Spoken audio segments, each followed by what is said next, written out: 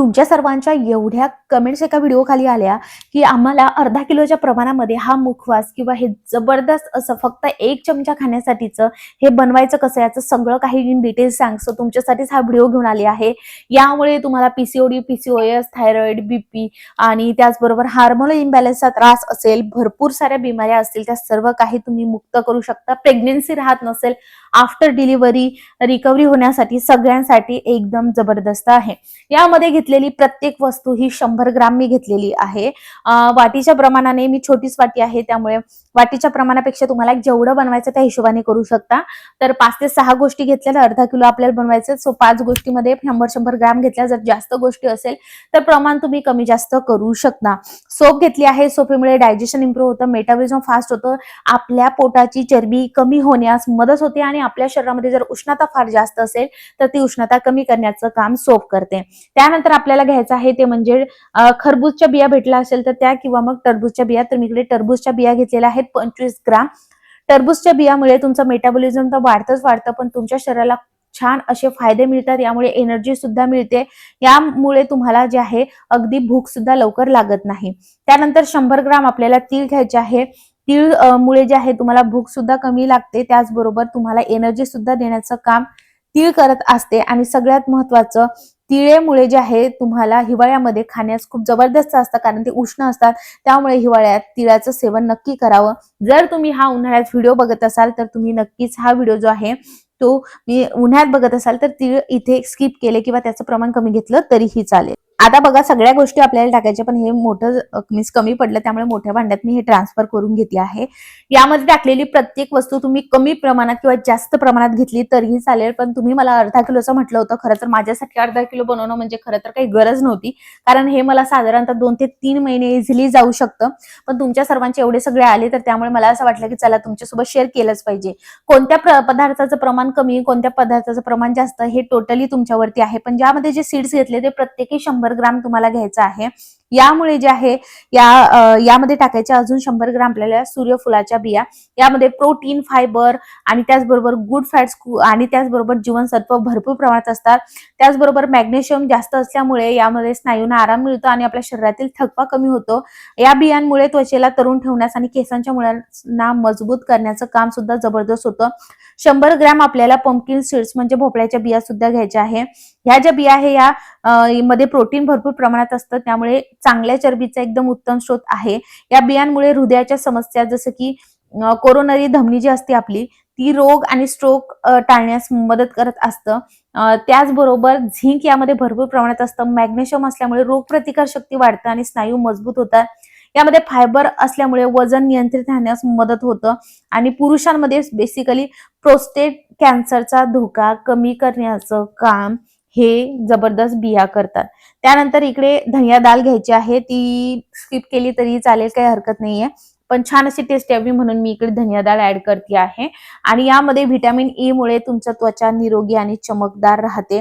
सूर्यफुलांच्या बियामध्ये beta सिटोरोस्ट्रॉल असतं, जे कर्करोगाचा धोका कमी करण्यास मदत करतं आणि व्हिटॅमिन B6 मुळे स्मरणशक्ती आणि मूड सुधारण्यास मदत करतं. विचार करा, ह्या बिया किती भारी आहेत. त्यामुळे रोज 1 चमचा हा मुखवास उपाशी पोटी जेवण झाल्यावरती तुम्हाला खायचाच खायचा आहे. महिला असो की पुरुष असो, सगळ्यांनी हे खायचंय. आता बघा, 1 ग्लास भरून न घेता 1 ग्लासला थोडंसं 2 ते 3 चमचे पाणी कमी, तेवढं पाणी आपल्याला बाउलमध्ये टाकायचं आहे. त्यानंतर आपल्याला टाकायचं आहे यामध्ये हळद, 1 चमचा हळद टाकायची आणि चवीनुसार तुम्हाला यामध्ये मीठ टाकायचंय. 2 मिठाचा वापर करू शकता. 1 मीठ म्हणजे काळं मिठाचा सुद्धा वापर करू शकता आणि हे साधं मीठ आहे. एवढं जे पाण्याचं प्रमाण सांगितलं हे एकदम ॲप्रोप्रिएट आहे जर तुम्ही 100 ग्राम ह्या सगळ्या गोष्टी घेतल्यात तर. जर प्रमाण कमी घेतलं तर कमी पाणी लागेल, प्रमाण जास्त घेतलं तर जास्त पाणी लागेल. या सगळ्या बिया आता आपल्याला यामध्ये टाकायच्या आहेत. हे सगळे पदार्थ टाकायचे. यामध्ये ऍडिशनल तुम्ही ओवा सुद्धा टाकू शकता. 25 ग्राम ओवा टाकला तरीही चालेल, जेणेकरून तुम्हाला ऍसिडिटी वगैरे होणार नाही. पण बऱ्याच जणांचे कमेंट्स येतात की आम्हाला उष्णता आहे, पाईल्स आहे, असं आहे, त्यामुळे मी इकडे ओवा आज टाकलेला नाही आहे, पण ओवा तुम्ही यामध्ये नक्की टाकावा. त्यानंतर हे मिक्स करायचे. छान असं मिक्स झाल्यानंतर 1 ते 2 मिनिटांकरिता आपल्याला छान असं हे झाकून ठेवायचं आहे. जास्त वेळ ठेवायचं नाही. आता लक्षात घ्या, अर्धा किलो आहे हे सगळं काही, त्यामुळे प्रमाण जास्त आहे. त्यामुळे आता पुढची प्रोसेस करण्यासाठी आपल्याला वेळ सुद्धा थोडासा जास्त लागेल, कारण आपल्याकडे एवढे मोठे भांडे नसतात. आता इकडे लोखंडीच भांडं घ्या चांगल्या रिझल्टसाठी. आता नसेलच तर मग ठीक आहे, स्टीलचं घ्या, पण अल्युमिनियमचं घेऊ नका. स्टील एक वेळ घ्या, पण लोखंडी घेतलं तर जबरदस्त. माझ्याकडे कढई आणि हा तवा आहे, तर मग आता मी पहिले काय करते की सगळं ह्या तव्यावरती टाकते, कारण यामध्ये जे पाणी आहे ते आधी आपण आटवून घेऊयात आणि मग नंतर याच्यात 2 बॅचेस करायच्या आहेत, कारण एवढ्याशा तव्यावरती एवढं सगळं मावणार नाही. सो 2 बॅच मध्ये मी हे भाजून घेणार आहे. आता हे सगळं होत असताना काय होतं, भोपळ्याच्या बिया, सूर्यफूलच्या बिया आणि टरबूजच्या बिया, ह्या बियांना भाजण्यास वेळ लागतो, पण मात्र तीळ, धनिया डाळ, सोप हे लवकर भाजल्या जातात. तर काय होतं, बऱ्याचदा ना हे जळतं आणि हे होतं. तर काय करायचं, भोपळ्याच्या बिया, सूर्यफुलाच्या बिया आणि टरबूजच्या बिया ह्या वेगळ्या मिक्स करायच्या आणि बाकीचं वेगळं मिक्स करून सेम प्रोसेस फॉलो करायची, वेगवेगळं भाजायचं आणि नंतर शेवटीला एकत्र करायचं. असं करू शकता, कारण माझं हे करत असताना झालंय तसं, पण मी त्यामुळेच तुम्हाला सांगते आहे. पण एवढंही काही जळालं नाही आणि एकदम जळकी अशी टेस्ट आली नाहीये, त्यामुळे असं केलं तरी चालेल. पण जेव्हा तुम्ही असं करताय तेव्हा लक्षात घ्या की तुम्हाला हे मंद आचेवरती करायचंय. आता मंद आच केव्हा करायची ते सुद्धा सांगते. आता याच्यामध्ये पाणी आहे, त्यामुळे आच एकदम फुल करायची आणि फुल आचेवरतीच आपल्याला पाणी आटून घ्यायचं. पाणी आटलं रे आटलं की आपल्याला मीडियम ते मंद आच करायची आहे. कंटिन्यू स्टर करत फिरवत राहायचंय. कंटिन्यू स्टर करत फिरवत राहिलं तरच सगळ्या गोष्टी चांगल्या भाजल्या जातील. जर चांगलं भाजलं मीन्स तुम्ही जर फिरवत नाही राहिलात तर तीळ, धनिया डाळ आणि सोप हे लवकर जे आहे ती भाजून जाईल, काळी होऊन जाईल आणि भोपळ्याच्या बिया आणि सूर्यफूल आणि टरबूजच्या बिया तशाच राहतील. त्यामुळे या गोष्टीची तुम्हाला काळजी घ्यायची आहे. या पद्धतीने फिरवत राहायचंय. आता मी दुसऱ्या साईडला कढई सुद्धा ठेवून घेते आहे आणि नंतर मग 2 बॅच मध्ये हे करून घेते. सो हे करत असताना मंद आचेवरती साधारणतः जर एवढं प्रमाण असेल तर अर्धा ते पाऊण तास लागतो आणि कमी प्रमाण असेल तर 10 ते 15 मिनिटांमध्ये हे इझिली होऊन जातं. कमी प्रमाण असेल तर मीडियम आचेवरती तुम्ही व्यवस्थित ते कंटिन्यू स्टर करत सुद्धा ते भाजू शकता, त्यामुळे चांगला असा रिझल्ट मिळतोय. आता बघा, हा खायचा कधी, उपाशी पोटी 1 चमचा खाऊ शकता, तेव्हा नसेल खायचा तेव्हा आपली weight loss powder, breakfast healthy करत असाल, जेवण झालं की आपण सोफ खातो तेव्हा तुम्ही खाऊ शकता. 1 चमचा दिवसभरामध्ये अगदी सफिशियंट आहे, वेगळं असं काही करायची गरज नाहीये. महिलांनी, पुरुषांनी, लहान मुलांना सुद्धा तुम्ही हे देऊ शकता.